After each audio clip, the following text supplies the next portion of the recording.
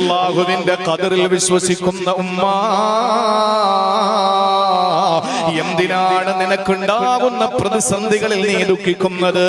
എന്തു വന്നാലും ഇതെന്റെ പടച്ചവൻ എനിക്ക് വിധിച്ചതാണ്, എന്റെ നാഥൻ എനിക്ക് വിധിച്ചതാണ്, എന്റെ റബ്ബ് എനിക്ക് എഴുതിയതാണ്, എന്റെ ലൗഹുൽ മഹ്ഫൂദിൽ എഴുതപ്പെട്ട, എന്റെ ഉമ്മുൽ കിതാബിൽ എഴുതപ്പെട്ട എന്റെ തലവരെയാണ് ഇതെന്ന് ചിന്തിക്കാൻ നമുക്ക് എന്തുകൊണ്ട് കഴിയുന്നില്ല?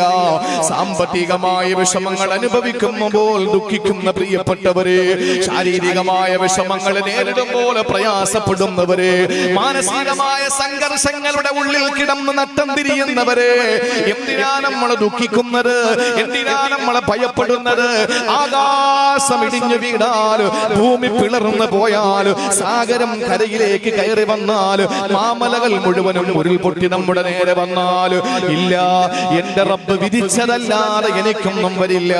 ഈ ഒരൊറ്റ വാക്ക് മതി പ്രിയപ്പെട്ടവരെ നമ്മുടെ ജീവിതത്തിന്റെ വിഷമങ്ങൾ മറക്കാൻ, നമ്മുടെ ജീവിതത്തിന്റെ പ്രതിസന്ധികളോട് പോരടിച്ചു നിൽക്കാൻ, നമുക്കുണ്ടാകുന്ന എല്ലാ വിഷമങ്ങളുടെ മുമ്പിൽ ചങ്കൂട്ടത്തോടെ, ചങ്കുറപ്പോടെ, നെഞ്ചുറപ്പോടെ അതിനെ പ്രതിരോധിച്ച് നിൽക്കാൻ നമുക്ക് ഈ ഒരൊറ്റ ആശയം മാത്രം മതിയല്ല സഹോദരങ്ങളെ. എനിക്ക് അത്ഭുതം തോന്നുന്നത് എങ്ങനെയാണ് ഖദറിൽ വിശ്വസിക്കുന്നവൻ ദുഃഖിക്കുന്നത്? എനിക്ക് അത്ഭുതം